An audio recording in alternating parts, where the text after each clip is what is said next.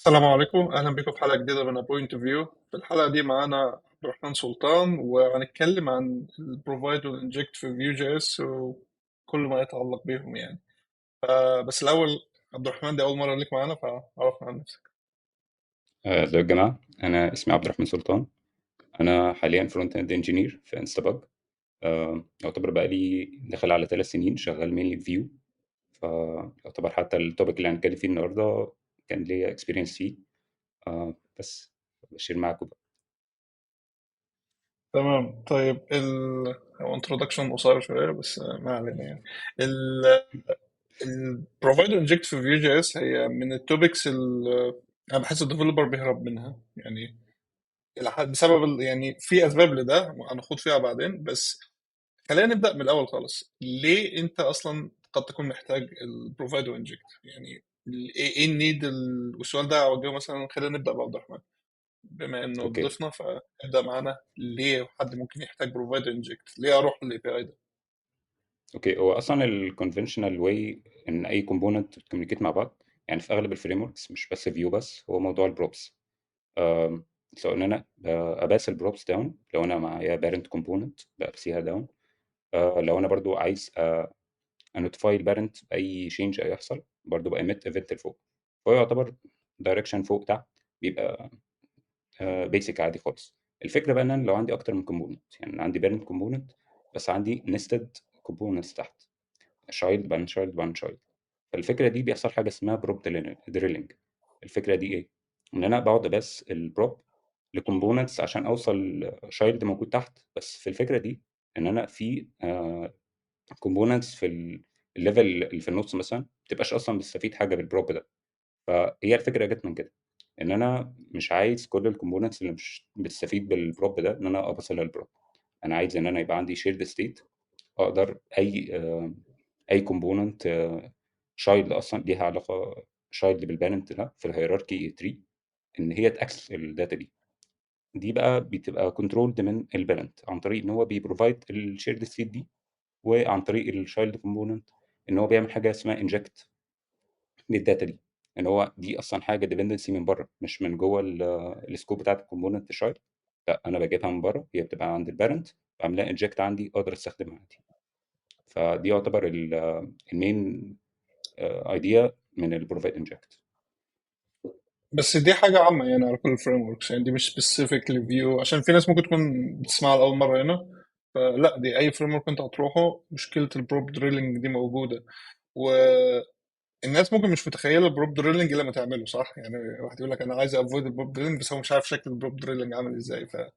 فالموضوع اشبه بزي، وهنا ممكن التشبيه يبقى وحش، بس هي بتبقى يعني عايز اجيب حاجه من واقعنا يعني لحد ما ممكن تتخيل الموضوع بيحصل ازاي.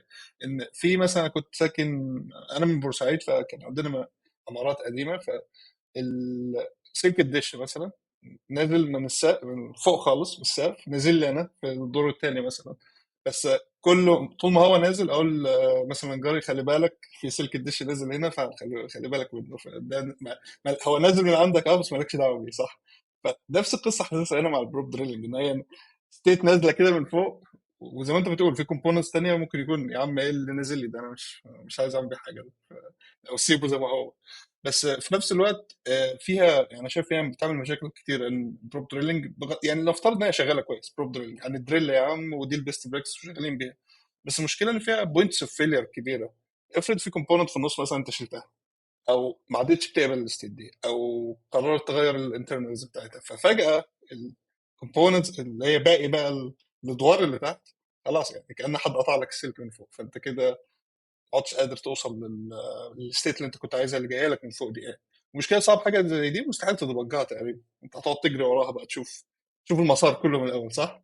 ف يعني بالظبط. الموضوع مضحك شويه ان البروب دريلينج ده الناس بتعمله كتير قوي، بس ما بتاخدش بالها منه ان هي بتعمله كتير. بس خلينا نلف كده في البول ونشوف اراء الناس التانية. فهمدان تقدر تقول لنا يعني. اه يعني هو اكشلي سلطان اليوز كيس اللي قالها وانت برضو الاكزامبل بتاع الدش ده اكزامبل ريل لايف قوي جامد. انا بالنسبه لي برضو الناس اللي انت قلته هو الفكره بس شيرنج ستيت لحد هو اكشلي ممكن ما يكونش انترستد فيها. والبوينت اوف اللي انت اتكلمت عليها. ممكن يكون من الاكزامبلز اللي برضه بتميك سنس الناس ممكن تفكر فيها. تخيل مثلا انت عندك يعني في الكود عندك معلومه محتاج تشيرها لكل الكومبوننتس، محتاج الناس كلها تبقى عندها اكسس عليه. مثلا ليتس سي عندك محتاج كل الكومبوننتس تعرف هو الراجل ده اوثنتيكيتد ولا لا، الراجل اللي عمل لوجن ولا لا. اوقات كتيره محتاج انت ممكن حل تعمل دبل ستور، وممكن نتكلم بعد كده ان الستور اصلا انترنالي ممكن يكون اكشلي بيستخدم بروفايد اند انجكت. بس هو في الاخر اتس واي اوف ان انت محتاج تكومينيكيت الحاجات دي ل التري بتاع الكومبوننتس بتاعتك without دايركت ريليشن شيب بين الكومبوننتس وبعض. يعني بحسها من غير بروب لينك. وبرضه it depends يعني في اوقات كتيره بيكون ممكن يكون النستنج ليفل هو one nesting ليفل. لو انا ساعتها شايف ان في اوفر هيد من انجكت بروفايد، بس يعني لما نتكلم عنه اكشلي ممكن ما تلاقيش في اوفر هيد كبير. يعني انت خلاص it makes sense it depends على اليوز كيس بتاعتك. بس في اوقات كتيره لا، انت محتاج تشير الستيت دي اكروس كذا نستنج كومبوننت او كذا كومبوننت في الهيراركي بتاع الكومبوننت بتاعتك without بس دايركت ريليشن شيب بين الاثنين وبعض. فاكشلي بقى ده اللي حصل ان فيو جت قالت لك تعالى. هي برضو الفكره زي ما كان عوض بيقول، هي مش حاجه جديده. كونتكست اي بي اي مستخدم في رياكت بقاله كتير ويوزد نوعا ما بنفس الطريقه. فكره ان انا قادر في حد كونسبشولي كده بيبروفايد شويه حاجات، والناس دي اكشلي بتيوتلايز. وده اللي جت فيو عملته، هو بروفايد واي. غالبا في في 2 موجوده برضو، وفي في 3 موجوده او 2.7. فاحنا خلاص انا عندي في الاخر ليست اوف كيز، والكيز دي مجرد ما بتجو تريجستر عليها فاليو، كل الناس عندها اكشلي يعني الابيليتي ان هي تقدر تغير الفاليو دي وتعدل فيه. فده اجابه صغيره برضو على فكره ان اليوز كيس بتاعت انجكت بروفايد. طيب فاحنا كده قلنا ان هي ليها كذا يوز كيس، تتراوح ان هي حل البروب دريلينج شويه، لان يعني هي تعتبر حل افضل لبعض انواع البروب دريلينج، لان انت مش يعني مش كل ما يبقى عندك بروب دريل هتعمل لها ستور، صح؟ يعني فكره برضو ان كل حاجه تعمل لها ستور دي مش فكره حلوه. احنا قلنا ده في حاله الستيت مانجمنت، انت مش كل حاجه كده انت عايز تقعد تحولها ستورز ستورز ستورز عشان مجرد انك مش عايز تبقى داون يعني. لكن فالبروفايد انجيك بيقدم حل كويس هنا، وفي نفس الوقت هي تكون فعلا ممكن تاكد فعلا از ستور. لو انت عملت اوبجكت فيه شويه رياكتيف ريفرنسز وشويه فانكشنز، ما ده ستور خلاص. تقدر اي كومبوننت تقدر تنجكته وتتعامل معاه. بس احنا هنا حاسس ان احنا مفوتين حته مهمه اللي هي السنتكس، يعني الناس بتكتبه مم. ازاي اصلا يعني. فممكن جهدي يكلمنا عن الحته دي، ازاي اصلا الناس ازاي الريليشن شيب دي شغاله ازاي. ان في عندي فانكشنين احنا عارفينها، صح؟ بروفايد وانجكت. مظبوط. ايه العلاقه ما بينهم ونستعملهم ازاي؟ هو الفكرة باختصار يعني الموضوع أنا مش شايف محتاج شرح كبير. الموضوع بسيط جدا يعني. احنا عندنا تو فانكشنز provide و inject. البروفايد بمنتهى البساطة بتاخد تو بروبرتيز او سوري تو بارامترز، الكي والفاليو. الكي هي اسم الحاجة اللي انت عايز تبقى توديها المكان ما ايا كان هو فين. والفاليو ده الحاجة بقى اللي شايلها الكي ديت او اي هنسميها بقى كي، هنسميها فاريبل، هنسميها زي ما تسميها. والانجكت في مكان ما بقى اللي انا عايز يعني اخد الحاجة اللي انا عملتها بروفايد ديت. بقول امبورت انجكت، بعدين بقول انجكت وبين قوسين اسم الكي اللي انا عملت له بروفايد.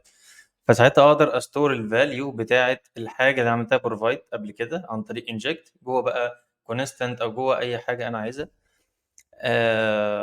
وليها بقى اشكال كتير وليها استخدامات كتير زي ما اتكلمنا في كيسز مختلفه. ممكن نخليها كمان رياكتيف لو احنا استعملنا اي لو استعملنا الكومبوزيشن اي حاجه رياكتيفيتي في الكومبوزيشن باي زي ريف او رياكتيف او غيره يعني. آم، وكل ابلكيشن ليه كيسز بتاعته بقى. ممكن نحكي كيسز واقعيه، كل واحد يحكي كيسز واقعيه. بس على سبيل المثال مثلا احنا في الشركه عندنا بنستعملها mainly بس في ال shared functions او shared libraries احنا كاتبينها. بس مش libraries بالمعنى الحرفي libraries، هو زي يعني libraries صغنونه كده بس جوه الكود بيس بتاعنا. بس عايزين الحاجه دي بالنسبه لنا مهمه جدا، عايزين ندهلها في اي حته في اي مكان. على سبيل المثال مثلا نتشيك اذا كان فيتشر معينه activated في ولا مش activated، او enabled او مش enabled، او شويه حاجات كده بس مش كتير. آم، فبدل ما نقعد كل شويه امبورت واحنا هنimportها تقريبا في كل الكومبوننتس او نسبه كبيره يعني من الكومبوننتس، فبنستعمل بروفايد وانجكت علشان نبسط الموضوع اكتر يعني. بس موضوع استخدامها بسيط جدا، مفيش كلام كتير يتقال في الحته دي. طيب انا خاطر ان انا اطول وقت الحلقه ربع ساعه، ان احنا عايز اتكلم شويه في التفاصيل بتاعه السنتكس بتاعتها مثلا. لان زي ما انت قلت هو موضوع بسيط جدا، انت عندك فانكشنين بروفايد وانجكت، عايز تبعت الحاجه بروفايد، عايز تستلم الحاجه انجكت. بس في شويه تفاصيل حوالين الريليشن شيب ما بينهم هي شغاله ازاي. فمثلا بروفايد انت عاده بتحطها على كومبوننت، فالكومبوننت دي كانها بتديكلير يعني. انت مش بتقول انا عايز ابعت دي، انت بتقول انا اقدر اوفر ده للي عايزه. اه يعني دي مظبوط. الطريقه الاصح ان احنا نفكر فيها. لان ممكن مش لازم حد ينجكتها، مش لازم، عادي. ف فده كي بوينت هنا. ده فرق بينها وبين البروب. مثلا البروب اللي هي ممكن تبقى بروب ريكوايرد، لا دي حاجه انا بديكلير ستيت، بديكلير اي حاجه something، واي كومبوننت تانية تشايلد كومبوننت من البيرنت دي تقدر تريكوست ان هي تنجكته او انها تستلمه. ف... فدي اهم حاجه في الريليشن شيب، ان هي بيرنت تشايلد. يعني لو انت عندك اتنين كومبوننت سيبلينجز ما ينفعش يبروفايدوا انجكتوا لبعض، او في سيبلينج تريز فبرضه ما يعرفوش يكلموا بعض. لازم يبقى في بيرنت كومون ما بينهم، هو اللي بروفايد الستيت، وساعتها هما الاثنين يقدروا يتعاملوا مع الحاجه اللي هي الانجكتد دي. عشان كده هو اسمه آه، يعني بيشتغل برضو زي البروبس من فوق لتحت، او عامل زي بايب لاين خافي كده، بس بيشتغل دايما من فوق لتحت، ما بيعديش اكروس التريز. دي حاجه لازم اللي بيستعمل بروفايدر انجكت ياخد باله منها. لان انت ممكن تكريت كومبوننت بتنجكت حاجه مثلا زي الاوثنتيكيتد يوزر، بس تستعملها في حته الاوثنتيكيتد يوزر مش بروفايدد. مثلا انت نسيت تبروفايد الستيت دي ات ذا رايت ليفل، فبالتالي لما تيجي تنجكت مش هتلاقيها موجوده. وده ممكن يسبب يا اما وورنينج يطلع لك في الكونسول، ولو انت بتطنش الورنينجز هيحصل لك كراش في الاخر، لان اكيد انت هتستعمل الاوثنتيكيتد يوزر في مكان ما يعني.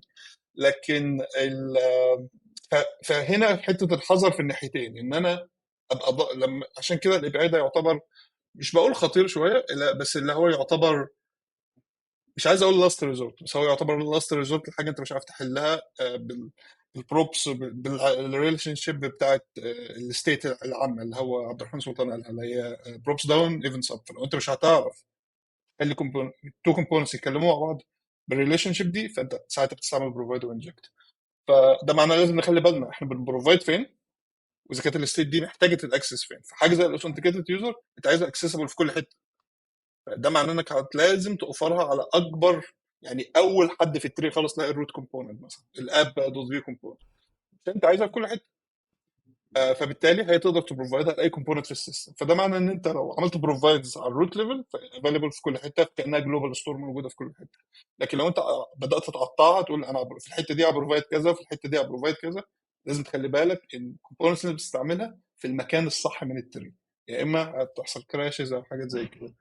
ف أم، بس يعني دي الحته اللي حبيت اقولها في الريليشن شيب ما بينهم. حد حابب عندنا برضه عايز أضيف تضيف حاجه حتة صح؟ الحتة دي، الحتة اه. بتاعت إن يبقى كذا كومبوننت، أو دي أصلا يعني ساعات كتير ما بتبقاش أحسن حل إن إحنا نستخدمها. الفكرة يعني دايما لو في تيم كبير، الفكرة إن مثلا لو أنا شغال في كومبوننت لقيت إن في حاجة بروفايدد أو انجكتد عندي جوه الكومبوننت، الفكرة إن أنا هو مش على طول كده زي البروب ببقى عارف إن على طول الدايركت بارنت هو الداتا دي جاية منه. لا، أنا بحتاج إن أنا يبقى في ديباجنج شوية، أو إن أنا أسيرش الداتا دي جاية منين أصلا. لأن ممكن يبقى عندي مثلا كذا بارنت بيبروفايدوا حاجة، فده ممكن يحصل كونفليكت ساعات لما بيبقى تيم كبير. وعشان كده يعني بفضل دايما لما بستخدم بروفايد انجكت ان هي تبقى دوكيمنت. ان انا مثلا ابقى بدوكيمنت الفلو ماشي ازاي، ايه الكومبوننتس اللي بتنجكت داتا من بارنت معين، عشان ما يبقاش ان اي حد ممكن بالغلط، لان هو مش شايف ايه الحاجه اللي انجكتد وايه الحاجه بروفايدد قدامه على طول، حاجات بتبقى بعيده عن بعض. فده اللي ممكن يحصل بيه مشاكل. تاني حاجه برضو المشكله اللي انت قلتها بتاعت ان ممكن يبقى في حاجه اصلا مش بروفايدد بالغلط، وانا مستنيها في شيرد كومبوننت، مستني ان هي هتبقى انجكتد ليه. فشايف يعني الحل اللي بيبقى ليها ان احنا بندي ديفولت فاليو للحاجه الانجكتد دي، اللي هو كسيف سيف اوبشن، اللي هو لو حصل اي حاجه ما يبقاش فيه كراشنج معايا. او ان انا حتى ان انا اهندل الحته دي، ان انا حتى اخليها يوتيليتي معينه من عندي تبقى كاستم، وانا بانجكت اي حاجه، اللي هو بدل ما استخدم النيتف انجكت عادي، لا اخليها يوتيليتي. اشك مثلا لو الفاليو مش موجوده ان انا اثرو ايرور، اقول له يعني يبقى ديسكريبتيف شويه، لان الايرورز عموما في البروفايد انجكت ما بتبقاش كلير قوي. يعني لان الكيس ممكن انت ما تفهمش الكي قصده ايه او الحاجه دي جايه منين اصلا. لا يعني الاحسن ان الواحد يستخدم حاجه كده، ان هو يديكلير فانكشن او يوتيليتي ان هي بتقول لي ايه اللي حصل، ايه الايرور المعين اللي حصل، عشان ده يوفر يعني دايما لما يبقى في تيم كبير الديباجنج بيبقى اصعب حاجه في البروفايل انجكت. دي أم، حاجتين مثلا بتحصل دايما لما يبقى تيم كبير. الموضوع ده فكرني بزمان بالايفنت باص. كنت بعمل ديبريكيتد الحمد لله. يعني بغض النظر ان بروفايد انجكت يعني افضل كتير من الايفنت باص، على اقل تقدير بيظهر في الديف تولز، الحاجه الانجكتد في كومبوننت او كده. بس المشاكل متشابهه جدا، ان انك تتراك مين غير ايه ومين راح فين، او مين انجكت، مين انجكت دي والانجكتد دي جايه منين اصلا. الحته دي بتكون صعبه قوي في الديباجنج. انا برضو بالظبط. عندي هنا كذا كل حاجه بوينت. لا اقول سلطان، في قول. الإبداع. بعدك. لا كنت اقول الحته دي دايما بتحصل، اللي هي خصوصا لو الحاجه يعني نون بيرميتيف فاليو، ان انا لو اصلا انجكت اوبجكت هنا، مم. انا مثلا خلاص بقى جوه الكومبوننت عامل حسابي ان الاوبجكت ده موجود، البروبرتيز بتاعته موجوده وخلاص بقى بشتغل عليه. اتفاجئ ان هي مش موجوده لان الكومبوننت نفسها بتكراش معايا بسبب انا ما اعرفوش حاجه بسيطه زي ان الحاجه مش انجكت صح او كده. كنت حابب اضيفها بس على الحته اللي فاتت. او شخص ما حاول يوفر رايد يعني. بالظبط. اه انا برضو يعني يعني شيرنج مع البروبلمز ديت، انا حاسس ان البروبلمز نفسها، يعني انا حاسس ان كل فانكشن عامه ليها شويه داون سايدز او شويه حاجات انت لازم تاخد بالك منها. يعني بروفايد مثلا، انت اول حاجه عندك الكي ده كيوز كيسز عامه. ممكن تستخدمه كسترنج. هو سترنج بقول لك ايه، الكي ده اسمه از يوزر لوجد ان. بتطلع من هنا بقى شويه مشاكل. اول مشكله مثلا، تخيل ان انا واحد في فانكشنز مثلا بتاعت انجكت، او حد بيحاول انجكت كتبها از يوزر لوجد وما كتبش ان، كتبها ميس سبيلنج. فواحده من ضمن مثلا المشاكل اللي انت محتاج تاخد بالك منها في التعامل مثلا مع حاجه شبه الكيس دي، ان طب ما تعالى نعرف فايل، الفايل فيه كل يعني شبه بالظبط كده. انت عندك كونستنس، بدل ما كل مره حد يكتب الكونستنس ده، هو شيرد في حته، واللي عايزها ممكن يبدا يعني يوزد فيه. مشاكل برضو اللي هي اكشلي برضو انا خدت بالي منها باي ميستيك، ان انا الحاجه مش لاقي، او يعني البيهيفير بتاع الحاجه اللي انا بحاول انجكتها مختلف. هو ان كان في انجكتور تاني او كان في بروفايدر تاني في نفس الليفل ده. يعني تخيل انت عندك كومبوننت بيرنت، تحتها كومبوننت بيرنت، ده بيبروفايد حاجه مثلا اكس، وده بيبروفايد اكس. انا كنت باكسبكت ان البيرنت نفسه يعني اللي يكون بيهندل ده. انا ما كنتش اعرف اصلا اللي في النص ده موجود. فدي برضو من الحاجات اللي ممكن شويه تاخد بالك منها، ان هو النيمنج كوليجن ممكن تحصل بشكل كبير في الكي اللي انت بتستخدمه في البروفايد ده. فبالتالي انت محتاج تاخد بالك في فكره انت بتسمي ايه وما بتسميش ايه. فجزء من الموضوع انت ممكن تحله عن طريق انت تديفاين فايل ديكلاراتيف. ده مثلا اسمها ايه، ده الانجكشن كيز مثلا بتاعت حاجات معينه، بتاعت مثلا اليوزر. ده الانجكشن كيز بتاعت مثلا البرودكت. فيبقى انت عارف ان انا كبروفايدر لما بروفايد هبقى هديبند على الفاليو دي، والانجكتور لما يبدا ينجكت حاجه ستيل المفروض يبقى معتمد على الفاليو دي. برضه ايه اكموس كاب 6 من الحاجات اللذيذه فيها، ان هي ديفاين حاجه موضوع السيمبل. فهو السيمبل في الاخر يو ار شور انك لما تباص اسم الكي ده للسيمبل انت 100% هتاخد حاجه يونيك. فانا عمرنا مع بعض يعني عمرنا ما هنكولوجن مع بعض. حاسس برضو يعني جزء من المشاكل بتبقى على ليفل الفانكشن. انا مش عايز اطول في البوينت دي، لو حد عنده كومنت فيها قبل ما اتكلم على مثلا المشاكل اللي شبه في انجكت. بس حاسس ان هي لا بتعمل مشاكل اه كتير قوي يعني. هي انا عجبني انك قلت البوينت دي، لان انا شايفها مهمه جدا، حته الانجكشن كيز، بسبب كل المشاكل اللي انت قلتها، فانا مش هعيد عليهم يعني.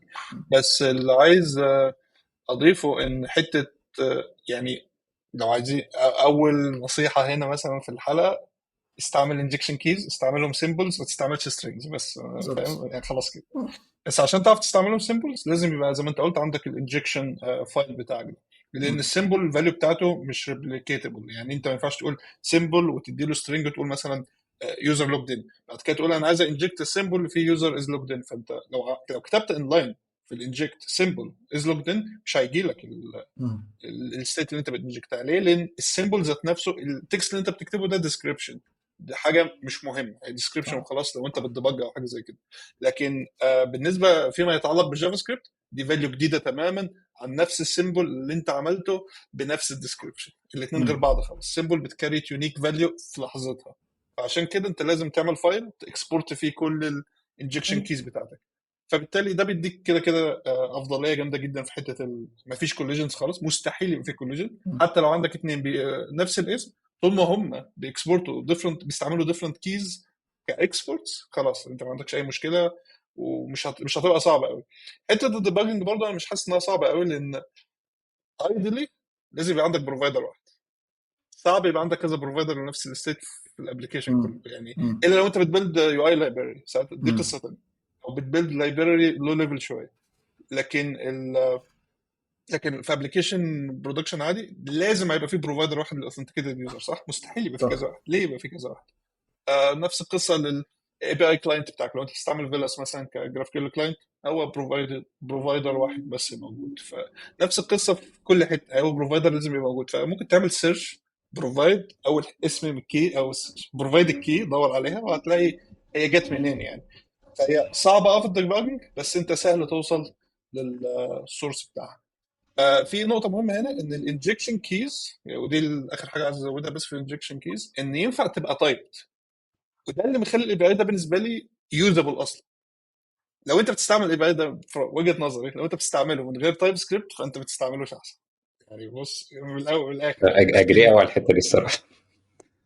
لان اوكي انت انجكتيت حاجه دلوقتي انت ما عندكش تايبس بتاعتها، فانت بقى تقعد تخمن، وده هيخلي الديباجنج صعب، تروح تشوف في البروفايد شكلها عامل ازاي، بعد كده تروح بقى في الانجكشن كل الانجكشنز بتاعتك تابديت. افرض انت غيرت اسم البروبرتي مثلا، فاهم؟ جود لك بقى، شوف كم واحد بتنجكت البتاع دي وهتكسرها في كام حته يعني. لكن في تايب في فيو اسمه انجكشن كي، فانت بتاساين التايب ده للاكسبورت بتاعتك، للانجكشن كي بتاعك، وبتقول هو بيشيل ايه الانفورميشن اللي هو شايله. لما تيجي تنجكت الكي ده هيجي لك الانفورميشن دي وهتبقى فولي تايبد، فلو انت غيرت حاجه في البروفايد ايرور اوت، لو انت غيرت حاجه في الانجكت ايرور اوت، فتبقى تايب سيف بالكامل يعني. بس انت يكون حد عايز يعاقب ولا نموف اون؟ بالظبط اه، يعني كنت اقول على حته التايب سكريبت دي، الفكره ان يعني بروفايد انجكت مش بتسهل قوي، يعني مش بتدي warnings واضحه لو انت غلطت او انت عملت حاجه. دايما بيبقوا عاملين حسابهم ان انت فاهم انت بتعمل ايه وانت شغال بيه، يعني مم. اللي هو لو حصل اي غلط ده هيبقى غالبا غلط منك. فاللي هو ان الواحد دايما يركز هو بيعملها ازاي. التايب سكريبت بتحل الموضوع ده تماما يعني. يعني حتى جزء اليوتيليتي اللي انا قلت عليه، ان هو الواحد يشك ولو في يطلع ديسكريبتيف ايرور وكده، يعني التايب سكريبت بتعملها على طول. اللي هو مم. لو انا ما لقيتش الحاجه اللي انا باكسبكت ان هي تيجي، لا يعني هطلع ايرور على طول. انت بتستخدم حاجه مش ده اللي انا متوقع ان انا اكون شغال بيه. حاجه تانية زي برضو اللي حمدان كان قالها، الجزء بتاع لو انا عندي كذا بارنت وهما بيبروفايد مع بعض، حتى في نفس الهيراركي، آه، دايما كده الواحد ممكن يقول لا لو حصل كده اكيد فيو هيديني warning او يديني اي حاجه ان انا بعمل كده. لا مم. يعني الواحد كان اكتشف قريب اصلا ان هو لا بيستخدم الفاليو بروفايدد من اقرب بارنت، اللي هو اه التاني ده خلاص مع السلامه بقى. يعني فهو الفكره كده يعني. الفكره اللي الواحد ما يعتمدش قوي ان فيو هيساعده في الحته دي، هيدي warning descriptive. لا يعني لازم الواحد يكون فاهم قوي بيعمل ايه، او ان هو يتجه للتايب سكريبت هتفيده قوي يعني. يا ريت يعني يا ريت نتجه تايب سكريبت. نحاول بقى. انت آه. فكرتني ليه هي في فيو 2 كان في الدوكيومنتيشن، كان في فيو 2 الدوكيومنتيشن مم. بتاع فيو 2 كان بيقول ما تستعملش بروفايد اوبجكت الا وانت شغال على اللايبراري. مم. مين كده ما تستعملهاش؟ لان زي ما انت بتقول، انت تخيل ساعتها الفيو ما كانش فيه تايب سكريبت اصلا في فيو 2، ما فيش فيرست كلاس سبورت في التايب سكريبت خالص، فالا وانت بقى بتستعمل 2.7 مع الكومبوزيشن يبقى دي قصه ثانيه. بس يعني باي ديفولت ما كانش فيه. فانت تخيل بقى كل المشاكل اللي احنا بنقولها عليها دي. غير كده فيو كان بيتارجت ما بيتارجتش اي اس 6، كان بيتارجت اي اس 5، فما كانش فيه سيمبلز. فهو كان لازم يورك على الاسامبشن ده، رغم ان اي اس 6 من مم. 2015 شغاله يعني معانا. بس اذا كان هو ما كانش راضي يستعمل بروكسيز اللي هي كانت في اي اس 6 برضه، فما علينا يعني. فالمهم ان عشان كده هو ديفلوبر، بس انت لازم تبقى عارف الحوار الكونفليكت بتاع الكيز، لازم تبقى عارف الهيراركي بتمشي ازاي، ان اقرب بيرنت او هينجكت. لازم تبقى عارف الكونفليكتس بتاعتك، لازم تبقى عارف التايبس. وده مش هيحصل في ابلكيشن طبيعي يعني، ابلكيشن بالذات ابلكيشن كبير كمان يعني. حاجه زي متخيل الشغل بتاع انستا باج، او شغل رسائل، او شغل في عند زهدي، لو انت عندك ابلكيشن كبير وفي بروفايد انجكت جافا سكريبت مش تايب، فاهم؟ انت هتبقى حرفيا كده زي سايبينك في العراء بره كده، انت مع نفسك خالص، انت تحت رحمه الكراش هو اللي يقول لك انت عملت غلطه ولا لا. مش اكسبيرينس حلوه اه خالص. يعني برضه في حاجات تانية برضه، اختلافات بين 2.7 او 2 عامة و 3، هو فكرة ان كمان الاكسبكتيشنز بتاعتك يعني in terms of reactivity، يعني الحاجات actually، او يعني برضه عندي بروبلم في الحتة ديت. هو فكرة احنا قلنا من شوية ان بروفايد انجكت تحسها كده عاملة زي الستور، او ممكن تستخدمها كستور. الميزة لما لو فاكرين اللي اتكلمنا فيه في الحلقة بتاعة الستيت مانجمنت، ان الفاليو من الستور لو ممكن استخدم الستور في فكرة فيو 3 مثلا، هو عنده predictable way، او مديني كده جاردز، حد قاعد بيحميني او حد بيحاول يديني warnings لو حاولت اعكس الحاجات دي بطريقه غلط. دي برضو من الحاجات اللي انت ممكن تعملها في يعني عامه في inject provide من غير ما تاخد بالك. تخيل انا بقى inject value بتاعت is user logged in، وحد سمى الله كده وراح غير الفاليو دي، لا يا عم اليوزر ده مش logged in، والفاليو دي propagated الناس كلها. ففكر برضو الرياكتيف او الرياكتيف values اللي انت بتبروفايد وتنجكت دي كريتيكال. ودي برضو من الحاجات اللي يمكن الناس تاخد بالها منها. لو انت يعني انا برضو دايما عوض هتلاقيه دلوقتي بيتريق عليا، انت بتحب دايما موضوع الكولوكيشن، فانا دي من الحاجات اللي بالنسبه لي يعني خط احمر. انا دلوقتي تخيل انت بتبروفايد فاليو وانت عارف ان سام هاو التشايلد هيكون عايز يميوتيت الفاليو دي، اي وود سجست ما تخليش التشايلد ميوتيت. ادي له تو ميثودز، الميثودز دول بقول لك ايه، غير اعمل لوج اوت، ودي فانكشن ثانيه تعمل لوجن. يعني بغض النظر مش هنخلي كل الناس تعمل لوجن، بس يعني تخيل معايا ان في الاخر الميوتيتنج واي او الميوتيتنج ميثودز انا مش عايزها التشايلد يبقى فيه كذا سورس اوف تروث للميوتيتنج ده. وستيل ده برضو مش برون، يعني ده ستيل برضو يعني مش هيحل لك المشاكل. ممكن حد يجنور التو ميثودز دول ويخش يعدل البروبرتي على طول، ولكن از بيست براكتس انت ممكن تبقى بتدي انترفيس للراجل اللي بيستخدم انجكت بروفايد بتاعك دي لميوتيتنج ستيت. ودي برضو مشكله في حاجات تانيه في فيو 2. يعني فيو 2 احنا انت ما تقدرش تميوتيت حاجات اصلا مش بتتباصي اكتف. انت عشان تباصي بروبرتي تبقى اكتف محتاج تراوند مثلا حوالين كمبيوتر بروبرتي. وده برضو ما كان حاجات اللي كانتش انتويتيف شويه. انا لما كنت بشتغل على بروجكتس بره فيو 3 وشغال على حاجات مثلا فيو 2 معرف الناس طبعا في اختلافات في السنتكس بتاع الاثنين. فدي برضو حاجات تاخد بالك منها عامه في التعامل مع رياكتيف بروبرتيز، وانت ازاي عايز الناس تعدل البروبرتيز دي ببريدكتبل واي، يمكن شبه الستور كده. فبرضه انا عايز اسيب الناس تعلق على بوينتي لحد عندكم. انا بالظبط الحته آه، بتاعت الاكتيفيتي دي اتفضل. يعني في فيو 2 مش احسن حاجه الصراحه. يعني كده كده لازم يعني explicitly توضح ان الفاليو دي لازم تبقى اكتف وانا بعملها بروفايد، حتى لو كانت فاليو عادي في الكومبوننت، مش على عكس فيو 3. فيو 3 دايما هو من ناحيته بيهندل موضوع الاكتيفيتي ده، فبينشور ان اي حاجه هتبقى عندي انجكتد لو حصل اي تشينج في البارنت، لا عادي على طول هتفرق، هيبقى ريفلكتد عندي من غير ما اعمل اي حاجه او كده. حتى من غير ان انا زي ما حمدان قال ان انا ما اضطرش ان انا اروح اقول مثلا ميثود او ان هو يروح يابديت او يعمل حاجه. ف فهي الفكره في كده ان الاكتيفيتي دي لو اي حد شغال بفيو 2 يركز عليها قوي، لان ممكن تطلع له behavior مش expected خالص، اللي هو يلاقي value عنده في الكومبوننت child component مش بتشينج لو حصل اي حاجه في الاب. امم فدي حته مهمه ان اي حد يركز عليها. عوض برضو كان حابب يقول حاجه. حته الميوتيشن ومين اللي بيقون الميوتيشن دي حته مهمه جدا لو انت بتبلد حاجه بالبروفايد وانجكت. ان بس احنا عندنا تولز لمحاربه المشاكل دي يعني. الفيو كومبوزيشن اي بي اي في فانكشن ظريفه كده اسمها ريد اونلي. فانت ممكن قبل ما تبروفايد الحاجه ترابها كده في ريد اونلي، بحيث ان بالظبط. مش هيعرف لو هو، حتى لو هو عايز وساب كل الميثودز بتاعتك مش هيعرف، هتكرش في وشه. فانا شايف ان دي حلوه قوي. انا بصراحه ما بستعملهاش في الرسائل عشان الواحد بيبقى فاهم سايبها للزنقه، فاهم؟ افرض احتجت اعمل ميوتيشن كده يعني. بس في شغل اللايبريز بستعملها على طول، لان انا هنا عندي ديفلوبر ما اقدرش اتحكم فيه ولا في كود ريفيو ولا في اي حاجه. بالظبط. فلا، اعمل له ريد اونلي ويخبط دماغه بقى في الحته. استعمل الميثود دي عندك. يعني انا عاملها مثلا على في فاليديت عندي الفورم فاليوز، انا عاملها ريد اونلي. الناس تقعد بقى، الناس بتصوت لي في الايشيوز تقول لي ازاي الفورم فاليوز ريد اونلي؟ اقول له عشان عندك فانكشن اسمها سيت فورم فاليوز وسيت فاليوز وسيت كل حاجه. فبيقول لي طب ليه انت عامل الفيلم ده؟ فدي قصه طويله. اقول له انا عايز اعرف انت عايز تعمل ايه لما انت بتست الفاليو دي، انا عايز اعرف انت بتستها ليه. الفانكشنز دي بتقول لي، بفهم منها. لكن لو انا اديتك ريف كده وانت تقعد تغير فيه براحتك، ايش عرفني انت عملت ريست للفورم؟ ولا ايش عرفني انت عملت بتكلير فاليوز؟ ولا بتلعب في الكونسول؟ ايش عرفني انت بتعمل ايه؟ صح. انا كنت بشوف فبالظبط يعني. كنت بشوف في كودز الناس اصلا بتسمي قبل، عارف في بريفكس كده قبل يعني لو انت بقى ما عندكش موضوع الريد اونلي ده، الناس بتسمي بريفكس للكي نفسه بتاع الانجكشن ريد اندرسكور اونلي اندرسكور اسم الانجكشن كي. بقول لك ايه، انا مش عايزك تلمسه، ف اتس ويز كتيره الاستخدام ده. بس انا متخيل عوض انت بتستخدم انجكت بروفايد.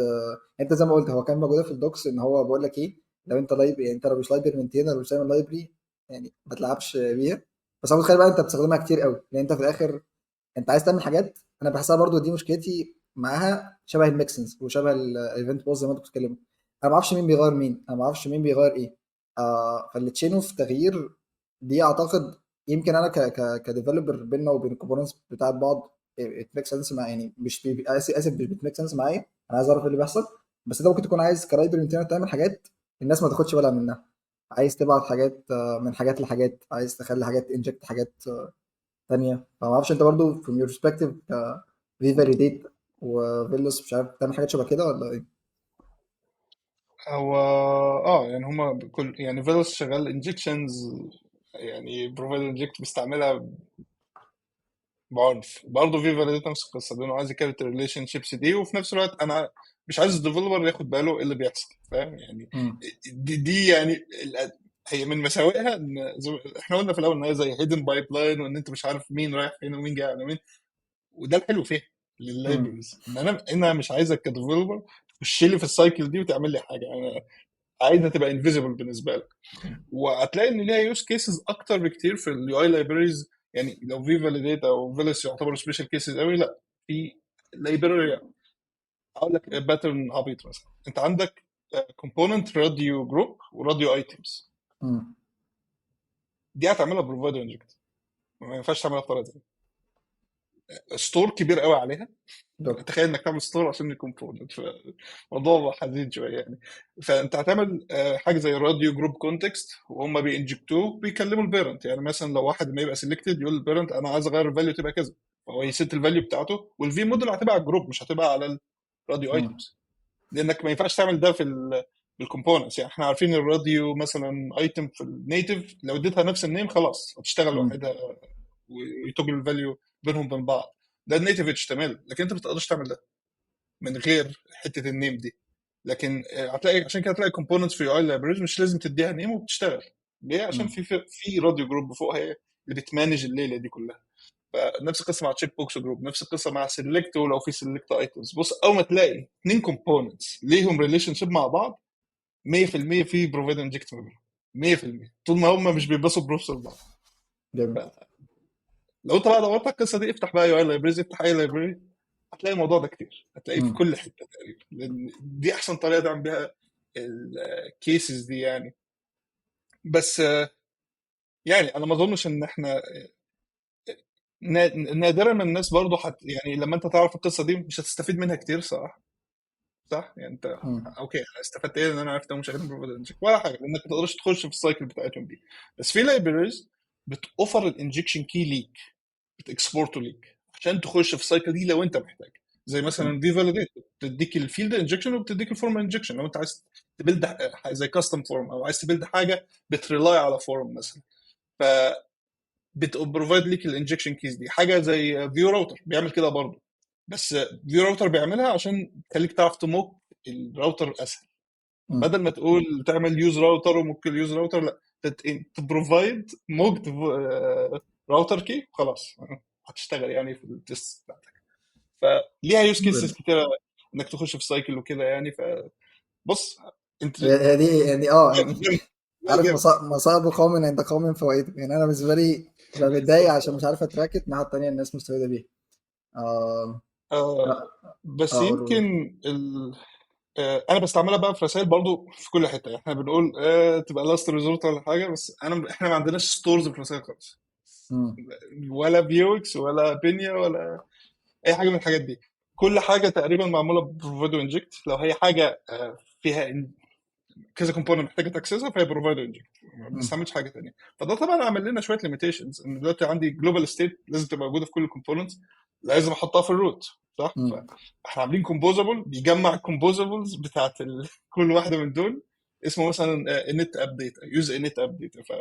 هو بقى عارف ايه كومبوزبلز الكريتيكال لازم تلود، زي لوجد ان يوزر، زي السبسكريبشن انفورميشن، الفيتشر فلاجز، القصه دي كلها، وبيكلها في الاول عشان كلهم يبروفايدوا كل حاجه تانية في الابلكيشن. فطبعا لو انت نسيت تعمل كده حاجه هتكراش، ففيها دايما مشكله الديباجنج دي اكسترا ايشيو يعني.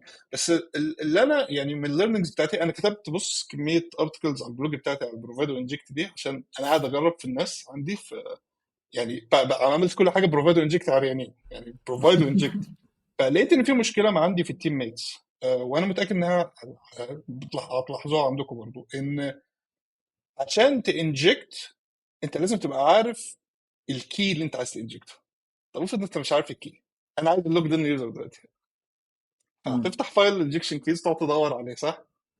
افرض عندك بقى زي حالاتنا ميت انجكتبل، فانت ميت كي بقى دور فيهم اللي انت عايزه فين، فانت هتدور بالشبه تقول ده شكله الكرنت يوزر، شكل ده اللي انا عايزه صح؟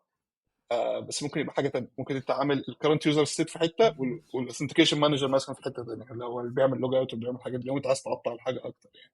فلقيت ان دي مشكله بالنسبه للناس، ان هم انت محتاج الكي ومحتاج تعرف الى حد ما هو انجكتد فين، فدي مشكله عشان تعرف تتعامل مع حاجه زي كده. ففي باترنز بدات يعني اديفلوبها شويه في حوالين القصه دي، ان انا اخبي البروفايد انجكت من الديفلوبرز بتوعي كده. يعني احنا ديفلوبرز وديفلوبرز بيكتبوا كود معانا في التيم، بس حتى حاجه زي دي انا شايفها تو هيدن عنهم لكل المشاكل اللي احنا قلناها. فحاسس ان في باترن عملته ان هي بتبروفايد بتنجكت نفسها لو هي اوريدي بروفايد. فده شغال ازاي؟ ان هي الكومبوزابل عادي في الاخر كده بروفايد كي الفاليو صح، بس قبل ما يعمل اي حاجه في الاول اول سطرين وممكن حتى تكسترا كلاس فانكشن بيقول اف ان يعني بيقول انجكت سيلف يساوي يكون السيلف يساوي انجكت الكي نفسه. لو انا اوريدي موجود مش هانجكت، مش هبروفايد نفسي تاني، انجكت نفسي وريتيرن الانجكتد ده. فبالتالي هتلاقي ان هي بقت بتشورت سيركت الفانكشن دي اللي انت عاملها، هتلاقيها بتشورت سيركت على الليفلز دي كلها. فحتى لو انت قلتها 100 مره كانك عملت انجكت، والديفلوبر اللي بيستعملها مش هيبقى فاهم اللي حصل. فبدل ما كان بيقول في بروفايد كارنت اوثنتيكيتد يوزر هينجكت كارنت اوثنتيكيتد يوزر، ولازم يبقى عارف ان الكي كارنت اوثنتيكيتد يوزر، دلوقتي هيكون فانكشن واحده يوز كارنت يوزر بس، سواء هنا او هنا. لو عايز يبروفايدها هيكون يوز كارنت يوزر، لو عايز ينجكتها هيكون يوز كارنت يوزر. هو مش مهتم هي هنا انت شلت الكومبلكسيتي بتاعت هو عايز يبروفايدها ولا ينجكتها، مش ما عادتش مهم. حتى لو استعملها في هيراركي تانية، ما هي في هيراركي تانية مش هتبقى انجكتد صح، بس هتبروفايدها لكل التشايلدرن تحتها. فانت بالتالي تقدر تكريت مالتيبل تريز فيها الانجكتبل زون، كل حاجه هتشتغل سيملس يعني. صح. فساعتها المشكله الوحيده هتبقى برفورمانس، بس ان انت تقول لا دي محتاجه تطلع فوق ليفل عشان مش كل دول، مش يبقى عندي 4 بينجكتوها، يبقى عندي واحده ينجكتوها بس، ساعتها دي بتبقى مشكله ابسط شويه. ف يعني ده اللي انا بدات اروح له يعني. مشكله الباترن ده حاجه واحده، افرض الانجكتبل بياخد ارجيومنت، دي المشكله الوحيده اللي فيه. لان دلوقتي عندك لو هو بياخد ارجيومنتس يبقى هو اللي بيبروفايد صح عاده، لان غالبا الارجيومنتس دي كونفيجريشن، زي عايز تقول مثلا يوز برودكت ليست مثلا، فعايز تقول له البيج سايز 10. طب افرض انت عايز برودكت ليست كانت انجكتبل، فانت هتقول يوز برودكت ليست من غير ما تديها كونفيجريشن، لان افرض اديتها 20 ما مش هتسمع كلامك، هتديك ال10 اللي جايه لها من فوق صح. فهنا بقى بتبقى ودي موجوده عندنا للاسف، بس انا ما عنديش طريقه اتخلص منها يعني. حته ان هي محتاجه ارجيومنت دي بتبريك الباترن ده شويه او بتخليه كونفيوزنج، وده عندنا كونفيوزنج جامد بالذات في حته حوالين مثلا عندنا زي الفلترز. عندي كذا حاجه محتاجه تبقى اوير ايه الفلترز على التيبل دي. فالمشكله دلوقتي ان في حاجه بتكونفيجر الفلترز وكل دول بينجكتوها، فانا غيرت شويه كومبوننتس وبصيت الكونفيجريشن هنا، بس انا نسيت ان هي اوريدي بروفايدد في حته ثانيه بكونفيجريشن ثانيه، فما كانتش بترفلكت خالص. يعني فانا اللي عاملها وقعت فيها، فتخيل بقى حد مش عارفها اكيد هيقع فيها برضه. يعني دي مشكلتي الوحيده مع الباترن اللي انا ديفلوبته ده. بس يعني انا شايفه ستيب احسن من الناس لازم تعمل انجكت سبيسيفيكلي او لازم تعمل بروفايد سبيسيفيك، بتخلي الموضوع تحسه ستور شويه. بالظبط. انا حاسس ان هو الموضوع باين قوي كمان هنا علشان هو مفيش ستور عامه، ف انت بتعمل كل حاجه كانها انجكت بروفايد. احنا يمكن عندنا الموضوع شويه سيبريت، فالحاجات الانجكت بروفايد يعني اتليست الهيراركي بتاعتها مش كبيره، فانت قادر يعني اكشلي توصل بالظبط لمين الانجكتور او مين الحاجه اللي بتبروفايد ده. بس هو فيري جود باترن عامه يعني. حتى لو محدش عنده موضوع البارامتر دوت، مش محتاج هيستخدم الباترن على طول، مش محتاج يفكر فيه. بالظبط. انا شايف استعمل باترن على طول يعني، البج ده هتلاقيه في الاخر هتكتشفه، بس يعني ايه، بعد يعني لو انت اللي عامل حاجه هتكتشفه بسرعه، لكن مش سبب لسه يعني ايه. محتاج افكر ازاي اخليه فيل بروف. يعني مثلا هيبقى حلو لو انت عملت مثلا انه يثرو، لو انت بعت كونفجريشن وهو بينجكت نفسه مم. مثلا، لو يثرو ايرور يقول له لا انا اوريدي بروفايدد، فانت كده بتري كونفجرني، فروح كونفجرني عند البيرنت ما كونفجرنيشن. انا شايف دي حاجه زي بسيطه زي الثرو كده ممكن تصلح الدنيا دي كلها يعني. آم، بس دي منتاليتي تانية. انت هنا ديفلوبر بتكتب كود لزمايلك الديفلوبرز، صح؟ مم. ودي حاجه انا بحبها جدا الصراحه. لو انا يعني، لان انا كنت بعمل بروفايدر اللي وصلني القصه دي، ان انا بشوف البي ار ريفيوز، انا بعمل لهم بي ار ريفيوز، بتفرج مم. بقول ده عمل انجكت وده غلط، بعد كده الاقي عمل يوز كارنت يوزر وهو اوريدي انجكتد. طب انت بتقول يوز كارنت يوزر اللي انت حرفيا عملت تو كويريز، بس هو مش عارف انها بتعمل تو كويريز، هو بيكون فانكشن، مم. مش هيقعد يبص على كل فانكشن بتعمل ايه جواها عشان يعرف المفروض ياكلها ولا لا، صح؟ بالظبط. فانت لحد ما محتاج تعمل الفول بروفنج ده حوالين الايه، البروفايدر انجكت، عشان محدش يقع في الحاجات زي دي، وده ينطبق على اي حاجه مش بس بروفايدر انجكت يعني. حلو جدا. انا برضو من الحاجات اللي كانت انترستنج برضو في الاي بي اي بتاع انجكت بالنسبه لي، يعني سلطان قال موضوع ان في موضوع ديفولت فاليو. يعني تخيل كده انت بتحاول تنجكت حاجه انت ما تعرفش اكشلي يعني هي بروفايدد ولا لا. فهو اللي انا عارف ان هو باي ديفولت لو انت الفاليو دي مش بروفايدد هيرجع لك undefined تقريبا. بس هو بقى في حاجه انترستنج انت ممكن ترجع له الديفولت فاليو. الديفولت فاليو بقى الانترستنج اللي فيها او يعني اليوز كيس اللي انا كنت بقابلها هي حاجه محتاجه كومبيتيشنز او حاجه محتاجه يعني محتاج اعمل حاجات عشان ارجع الديفولت فاليو دي. فمن الحاجات الحلوه فاكتوري في فانكشن يعني. بالظبط. فانت ببساطه تقدر تكستراكت ده في فاكتوري فانكشن بره، والفاكتوري فانكشن دي تبعت لها بارامتر تقول له خلي بالك انا بيوز هنا الديفولت فاليو از فاكتوري فانكشن. فكونسيدر ميزه دوت ان هو مش محتاج مثلا لو عندك الحاجات دي الديفولت فاليو غالبا مش هتستخدمها. غالبا لو انت اوريدي فيها رايكي بتاعت انجكشن وبروفايد موجوده، فبالتالي الكومبيتيشنز بتاعتها which is حاجه صغيره علاقه بالبرفورمانس مش هتحتاج تعملها. مثلا عندك شويه كومبيتيتيف بروبرتيز بتحصل انت مش محتاج تبص عليها، هي اوريدي جوه الفاكتوري فانكشن انجكتد هتكون مش انجكتد خلاص. فدي برضو من الحاجات اللي كانت انترستنج جوه الاي بي اي بتاع انجكت بروفايد. مش عارف حد فيكم عنده حاجه تاني ولا؟ انا في يوز كيس حابة اضيفها يعني. هي انا ما اظنش عوض هيحب اليوز كيس دي. يعني هو اللي انا فهمته ان هو بيحب ان هو يستخدم بروفايدر واحد بس في الاب كله، او يعني فوق خالص. يعني انا عن نفسي بحب استخدم كذا بروفايدر، بس بعتبرهم كميني ستور او مم. ككاستم ستور. اللي هو انا كده كده عندي الستور على الاب كله، بيجيب لي داتا معينه مثلا بعد ما بعمل فيتش الحاجه او كده. بس انا مثلا عايز اعدل عليها شويه قبل ما ابصيها بقى لتحت للشايلد كومبوننتس اللي عندي، بحاجه عندي في الكومبوننت زي مثلا حاجه في الراوت، حاجه مثلا بعمل لها كالكوليشن وبعدها بعدل على الفاليو بتاعت الستور دي. بس انا مش عايز اعدل عليها في الستور، انا بس عايز اعدل عليها في الحاجات اللي عندي في الشايلد كومبوننتس اللي عندي.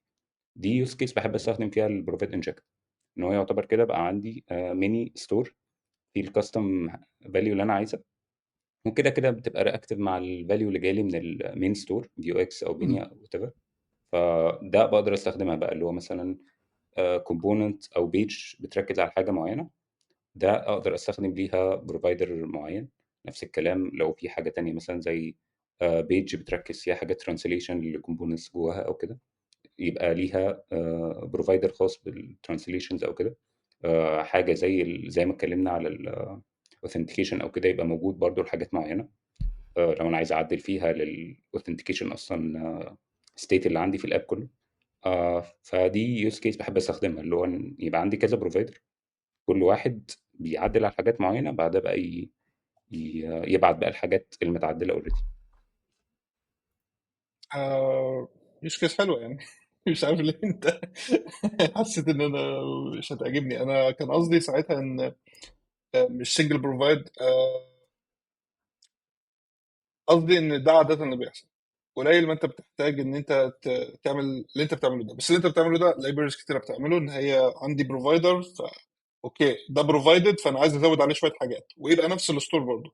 مم. التشايلد اللي جاي هياخد حاجه زياده مثلا، او هياخد حاجه مختلفه شويه سيكه عن اللي فوق، فانت كانك بتوجمنته في الطريق.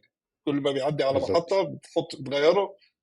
يعني اليوز كيس دي يعني انا بستعملها في مش فاكر، بستعملها اعتقد في فيلس، مش متاكد يعني، بس يعني حتى بفكر فيها ان هي ده ميكروباص، فاهم يعني اللي هو جاي كده، خد دول معاك، كمل، خد دول معاك، كمل، خد دول معاك، لغايه ما يوصل في الاخر يعني.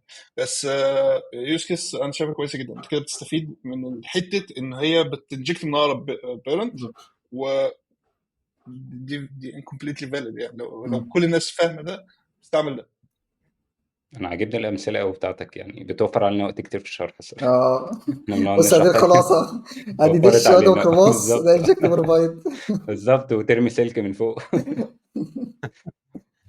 الأمثلة دي الصراحة بتكون ظريفة أوي في إن توصل لكل الناس، يعني أنت مش عارف مين اللي بيتفرج عليك، حد beginner advanced. فالأمثلة دي بتكون ظريفة جدا إن هي توضح لكل levels يعني. بالظبط. وفي برضه من الحاجات الموضوع ان انت تستخدم انجكت، يعني غالبا ممكن يكون برضه ديت اكتر اللي في 3، بس انت محتاج تستخدمها جوه السيت اب فانكشن. ودي برضه يمكن حاجات يعني ممكن يوز كيس بتاعتها تختلف يعني اكشن ناس ممكن تمس بيهيف او تمس يوز الموضوع. بس لو انت بتستخدم سيت اب فانكشن يعني اكشلي من غير سكريبت سيت اب هتستعملها تمام. اسف، يعني بسكريبت سيت اب هتستعملها تمام، بغير سكريبت سيت اب انت خلي بالك محتاج تستخدمها جوه السيت اب فانكشن. معرفش برضه يعني هل حد بيستخدم فايت انجكت مع السynchronous behavior ولا لا. بس دي برضه من الحاجات اللي بحسها يعني كريتيكال. معرفش حد شاف يوز كيس بيستخدم فيها حاجه شبه كده ولا لا. انا ممكن يعني ايه مع اشير حاجات يوز كيس. اسynchronous؟ اه بس اتفضل يعني. يعني اللي هو اكشلي تقصد تفيتش حاجة وتحطها بعدين تحطها في البروفايد. مثلا أنا عن نفسي لأ. يعني أنا استخدامنا للبروفايد انجكت مقتصرة على حاجات اللي عايزين نستعملها أكنها library. مم. على سبيل المثال مثلا نوتيفيكيشن لوجيك مثلا، عايزين نستعمله في كل حته، عايزين نستعملها اكنها لايبرري خارجيه عشان ما نقعدش كل شويه امبورت. حطينا الفانكشناليتي دي في بروفايد، وبنجكتها في اي حته نقدر نستعملها دايركت اكنها ثيرد بارتي. نفس الكلام ومثال تاني لحاجه بنستعملها، حاجه كونستنت بستعمله في حاجات مم. كتير زي الراوت نيمز مثلا. مم. عايز اكسس راوت نيمز في اي حته من غير ما اوجع دماغي ان انا هجيبها مراوت ازاي او هجيبها منين والكلام ده. فعاملينها برضه بروفايد. هي دي نوعيه الحاجات اللي احنا بنستعملها في الحاله بتاعتنا يعني. يعني سلطان انا كان عنده يوز كيس فخليه يقولها عشان انا لسه بحاول افهم يعني ايه اه يعتبر اسynchronous هو injection. زي اللي انتوا اتكلمتوا عنها يعني، بس انا يعتبر بعتبرها كايه. وانا بستخدم يعني معاها الواتشر. بس انا بقى يعني الفكره في ايه، انا مثلا عندي اكشن بيحصل في البارنت كومبوننت فوق، انا عايز ابقى نوتيفايد اول ما يخلص. آه، في مثلا حل ان انا لما بوتش على الفاليو اللي جايه لي مثلا، اللي هو الداتا الفيتشد او الكالكوليتد او كده. بس ده مش دايما ممكن يبقى يحصل، لان انا مثلا ممكن ساعات بعد ما انا بفتش الداتا دي عايز اعمل بروسس كمان قبل ما اعرف الشايلد كومبوننت الوقت يبدا رندر الحاجه دي او ابدا اظهرها او اعمل وات اللي انت عايز تعمله. فبحب دايما مثلا بعد ما اخلص اي اسynchronous اكشن، سواء بفتش حاجه، ب... يعني اليوز كيس اللي بتحصل معايا ساعات ان انا بكالكليت حاجه كبيره او ابروس داتا معينه جاي لي فايل كومبريست، مم. بظبطه، بخليه جاهز لاي حاجه. الفكره ان انا بعد ما اعمل كل ده ب... بقول مثلا ان الفاليو دي ريدي مم. كبروبرتي كده مثلا، ان الايتم از ريدي، وبروفايد الايتم ده. فكرة ان انا بقى بانجكته هناك، وده اللي بوتش عليه. مش بوتش على الفاليو اللي انا استخدمه، بوتش بس على النوتيفاير ده. اول لما يعرفني انت جاهز خلاص اعمل اللي انت عايزه، هيبقى بوليان، فابقى على طول عارف ايه الفاليو اللي هتيجي عليه. وده طبعا بيحصل قوي لما بيبقى عندي حاجه فوق خالص، لان دايما بيبقى اي فيتشد لوجيك او حاجه فيها كالكوليشن دايما بتبقى فوق، يا اما في الستور او تب. فلو انا هستخدمها في كومبوننت تحت خالص، دي يوز كيس بتحصل معايا في الحته دي. انا متهيألي انا فاهم. حته الاسynchronous، يعني انا بعمل زي السلطان بالظبط. لو انا عندي زي ستور في اسynchronous داتا بتتلود، فحد تاني محتاج يبقى aware بيه، فانا يعني حرفيا انا بعمل يعني عندنا is conversation ready بوليان ريف، بننجكته كومبوننتس تاني بتستناه يجهز عشان عايز يعمل يقدر يرجع يعمله. بس انا بدات اسويتش الباترن تاني في حالات تانية، ان انا بعمل ايفنت ايميتر صغير في الكونتكست اللي بروفايده، فالايفنت ده اون كذا اون كونفرزيشن ريدي مثلا. يعني ده حاجه لو طبعا نفس المثال. والتاني لسن اون كونفرزيشن ريدي هنعمل حاجه تانية، هنعمل كذا، فبتبقى ديكلاراتيف اكتر، ما بتبقاش تحت رهن الواتشر، فاهم؟ فكده البيرنت لو عايز يترجر الحاجه دي في كل الشيلدرن يترجرها من غير ما نبقى متاكد، يعني من غير ما يبقى في حته هل الواتشر سيت اب في الشيلدرن دي ولا لا، فاهم؟ فلحد ما روباست اكتر من ان انت تعملها بواتشر يعني. بس في اليوز كيس تانية انت بتتكلم في بقى يعني استعمل زي انجكت مع اسynchronous كومبوننت مثلا او حاجه زي كده. دي ما كانتش شغاله على فكره لفتره طويله قوي. انت ما ينفعش تعمل اويت وبعدها انجكت في السيت اب، حتى لو كومبوننت اسynchronous ما ينفعش تعمل انجكت بعد اويت. اول اويت هتبوظ كل الانجكشنز اللي جايه بعدها. فده كان بسبب ازاي الفيو بيشتغل، لان الرياكتيفيتي او التراكنج بتاع فيو بيشتغل ازاي، ان في اكتف فانكشن، فالاكتف فانكشن هي السيت اب، هو عارف انهي كومبوننت بتديبند على الحاجات دي. فلما انت بتعمل اويت فهو بيبوظ دي ويعمل حاجه تانية قبل ما الاويت دي تخلص، صح؟ فهو كده بيلوس تراك، فما بيعرفش الانجكت دي تبع ايه وهتلاقي ده مش مع البروفادو انجكت بس، ده كان بتحصل مع الماونتد، بتحصل مع كل لايف سايكل هوكس، بتحصل مع اعتقد اللايف سايكل هوكس والبروفادو انجكت بس، لكن الواتش والحاجات التانية بتشتغل عادي، يعني ما عندهاش مشكله في مش بيعتمدوا مين الكونتكست بتاع الكرنت كومبوننت يعني. فعشان كده بس هم صلحوها، بس صلحوها مع سكريبت سيت اب بس، يعني لازم تستعمل سكريبت سيت اب. فهتلاقي الكومبايلر بيعمل حركه ان هو بيجيب الكرنت في ام قبل الاويت بعد كده وبروفايده غصب انفايدد. عنهم بعد كده لكل واحد فيهم. هتلاقيه بيترانسفورم الكود بتاعك بشكل ما ان هو يعمل كده. لان مثلا انت عارف اون ماونتد بتقبل ارجيومنت، تاني ارجيومنت ليها الكرنت كومبوننت، انت ممكن تقول له انت اون ماونتد للكومبوننت دي، انت اون ماونتد للكومبوننت دي مش الديفولت مثلا. ف بس يعني ما حدش بيستعمل، يعني انا بحاول ما استعملهاش كتير بسبب انها كان هيستوريكلي ما كانتش شغاله، بس المفروض دلوقتي شغاله. يعني اظن ممكن تستعملها يعني. بس انا بصراحه ما استعملتش اسynchronous كومبوننتس كتير قوي على اني اضطر انجكت فيهم او حاجه زي كده. بس هي كومون ميستيك فعلا الناس بتعمل، يعني الكومون ميستيك اكتر مش الاسynchronous. الكومون ميستيك اكتر ان الناس تعمل انجكت جوه كمبيوتر او انجكت جوه فانكشن، يبقى اون بوتون كليك انجكت كذا واعمل كذا. لا لا، ده مش هيشتغل، ده مش هيشتغل خالص. ولو اشتغل يبقى بيور لك، يعني مثلا بتشتغل تبقى في كمبيوتد وبتبقى عشان بيور لك ان هو بيجيب الفاليو بتاعت كمبيوتد في نفس السيت اب. بالظبط. حظ يعني، وبتشتغل. وساعات بكتشفها في كود بيس بتبقى هربت من كود ريفيو مثلا، وبلاقيها في الكود بيس بقول يعني ازاي دي ايفر اشتغلت اصلا، المفروض عمرها ما تشتغل. بعد كده الاقي ان هو اكسس الفاليو بتاعتها في نفس السيت اب، فبالتالي الانجكشن ريزولف. ولحسن حظه ان الكمبيوتر دي ما رنتش تاني. فانت تخيل بقى ان انت معتمد على الحظ البشع ده يعني. بس يعني حاسس ان احنا محتاجين اسلنت رولز حاجه زي كده، بس ما لقيتش حاجه قوي بتعمل كده. يمكن مش عارف لو حد فيكم لقى حاجه شبه كده يا ريت يقول لي انا محتاجها.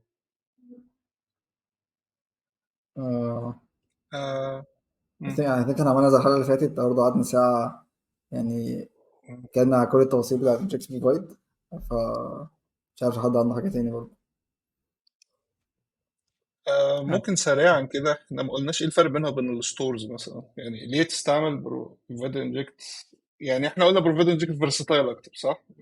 تنفع تبقى صغيره، تنفع تبقى كبيره، لازم تافويد كل مشاكلها طبعا. بس فالستورز هي شبهها بالظبط، يعني في ستور لايبريز بتشتغل ببروفايد وانجكت اصلا، فاهم؟ فخلاص طلع دي بره المعادله، مش ده اللي بنتكلم عليه. لكن حاجه زي بنيا مش شغاله كده، ما بتشتغلش ببروفايد وانجكت. بتشتغل بان هي بيبقى عندك حرفيا زي جلوبال فاريبل، اول ما الستور بينشلايز بتسته وشكرا كل مره فبترجع نفسها. فلو انت فكرت في حته، لو تفتكر حته اللي انا قلت لك اللي هي كومبوزبل بينجكت نفسه اللي هو اوريدي بروفايدد، دي مش بتعمل كده، دي بتعمل زي ليت ستور فاليو مثلا قبل الفانكشن بره خالص، واقف الفاليو دي موجوده راجع نفسها، فسنجلتون. السنجلتون باترن بالظبط يعني. ف ده الفرق ما بينهم. هتقول لي طب ده ما يخليها efficient اكتر، ان هي لو اتقولت في اي حته مالهاش دعوه، هي هنا بتبقى اميون للتري انجكشن ايشيو، صح؟ ان هي مش هتتكريت كذا مره، هي هتتكريت مره واحده بس، واحده بس اكروس الابلكيشن كله، مش هتتكريت كذا مره. ف فانت ممكن تحس ان دي حاجه كويسه.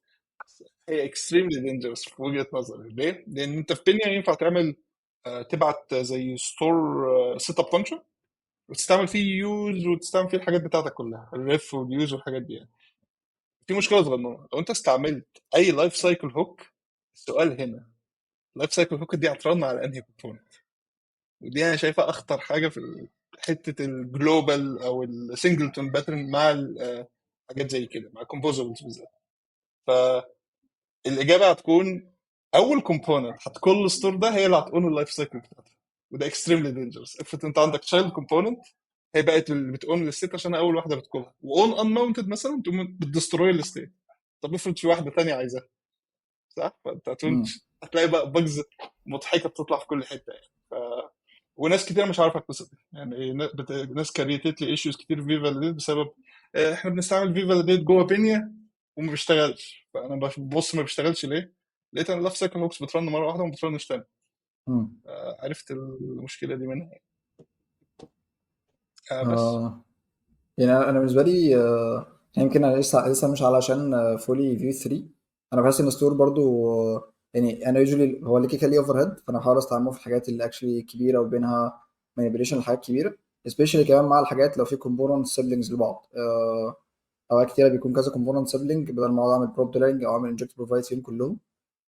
برضو البوينت التانيه اي وود جو فور يعني اقول ايه فيزيبيليتي للداتا ومانيبيوليتنج الداتا، وان الناس اكشلي بتعدلها سبيشالي في حاجات لو هي كومبلكس لفيوز في الحته دي. بس احنا اكشلي بنستخدم لا بنجكت بروفايد حاجات كتيره جدا جدا جدا يعني. اليوز كيس اللي اشتغلنا عليها حاجات زي الفورمز والترانسليشن والكلام ده كلها مبنيه عندنا على بروفايد انجكت. ف يعني بحس ان هو في بوينت كده يعني خط صغير بين انت محتاج تعمل الحاجه دي للستور، محتاج تعمل انجكت بروفايد. بالنسبه لي الايفالويشن بتاع الموضوع بيزد على الاوفر هيد اللي هتدفعه بسبب الستور ومانجمنت الستور وستيت وميوتيشن والكلام ده كله، وانت اصلا لسه بتستخدم في اكس بنفس الطريقه.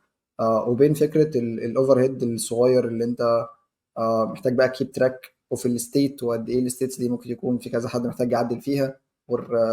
يعني اول ما بلاقي ان في كذا حد محتاج يميوتيت الستيت ديت، واحتاج اعمل كولوكيشن لفكره بروفايد شويه حاجات. لو الموضوع بقى كومبلكس خلاص انت عندك ست الفاريبلز دي ويقلبها كلها في ستور، والستور هو هيمانج الكلام ده. فده بالنسبه لي برضو بحس ان هو الفرق الصغير بينهم، او امتى استخدم ده وامتى استخدم ده.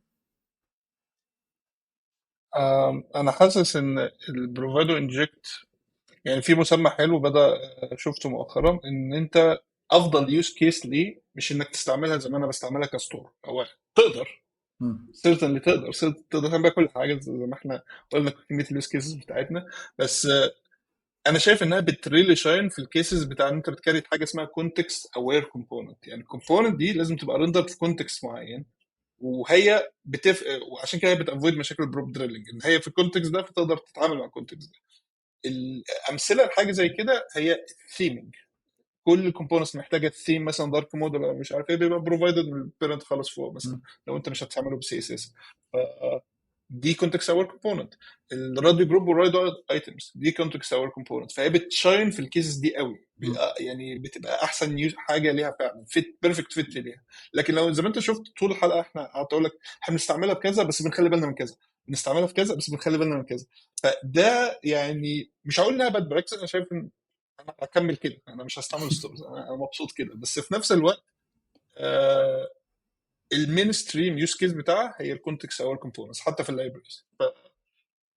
بس يعني دي ممكن حته تكه اللي حبيت خلي نسيب الناس بمصطلح يبقى عارف هل الكومبوننت دي كونتكست اوير ولا لا. لان فيها يعني سيرتنلي فيها سايد افكت. ما مم. ينفعش تستعمل راديو ايتم من غير راديو جروب، ما ينفعش. بالظبط. it doesn't make sense. ف يعني الراديو ايتم طاير لوحده هيبقى على طول سيلكتد او على طول مش سيلكتد. فيعني ايه الهدف منه يعني؟ ف ده لو انت بتعمل كومبوننت شغاله كده يبقى انت هتستعمل بروفايدر انجكت. لو انت ما بتعملش كومبوننت مش شغاله كده مش هتستعمل بروفايدر انجكت. شغاله كده ازن لازم يبقى كنت البروفايدد ده يكون موجود، لو مش موجود انا هكراش. مم. فانا شايف ان ده الاستعمال احسن ليها. فسلطان كان قال في الاول ينفع تبروفايد ديفولت فاليو مع الانجكشن. فدي الكونتكست يبقى depends. اوبشنال، هل هو مم. موجود ولا مش موجود. بس خلي بالك من هنا ده ممكن يعمل بج، ان انت اسال نفسك السؤال ده، هل الانجكشن ده مطلوب ريكوايرد ولا لا. لو مش ريكوايرد لازم تعمل ثرو لحظتها. اول ما الانجكشن ده مش ريزولف، من فيو مش بيكراش باي ديفولت، فيو باي ديفولت بيطلع لك ورنينج يقول لك الانجكشن ده مش موجود، وتسكته انك تبعت فاليو زي نل مثلا. مم. بس انا عامل كاستم فانكشن مثلا اسمها انجكت ستريكت. فالفانكشن دي هي انجكت، بس بتشوف الانجكشن لو فعلا موجود ما بتعملش حاجه، خلاص بترجعه. طب لو هو مش موجود بتثرو. يعني انت بتقول الكومبوننت دي لازم تبقى هنا، زي حاجه زي الراديو ايتم، حاجه زي كده. انت لو مفيش جروب انا مش هشتغل، فانا مش هسيب لك وورنينج ومحدش هياخد باله من الحاجات دي في الاخر، انت عارف. بس عشان كده لازم نكراش ساعتها. انا مبسوط ان بس الحلقه اتلخصت في كذا حاجه، اللي هو انت عايز تفكر في انجكت بروفايد، فكر في موضوع الدش، وان انت حاجه بتبعتها من فوق خالص لغايه اول شقه في الدور الارضي. وعندك موضوع ان انت الباترن اللي قال عليه سلطان بتاع ان انت كل شويه محتاج تعادل شويه داتا وتبعتها لناس تانيين. انت ممكن تستخدم كونسبت الميكروباص عشان تقعد كل شويه تبند شويه حاجات وتبوست. واخر حاجه الكونتكست، يعني الكونتكست نفسه بتاع الستيت اللي انت محتاج تشير دي، هل هي معتمده وبتفرس على الستيت ولا لا. يعني انا مبسوط ان الحلقه في الاخر اتلخصت، عشان كل مره الحاجات بتبقى متفرقه وانت بقى ايه خد قرارك بنفسك. حاسس ان الموضوع كان حلو المره دي. تمام. اعتقد هرسنا التوبيك يعني، صح؟ فممكن نقفل هنا. اوكي. ماشي. ان شاء الله الاسبوع الجاي حلقه جديده. مع السلامه. سلام. سلام. سلام.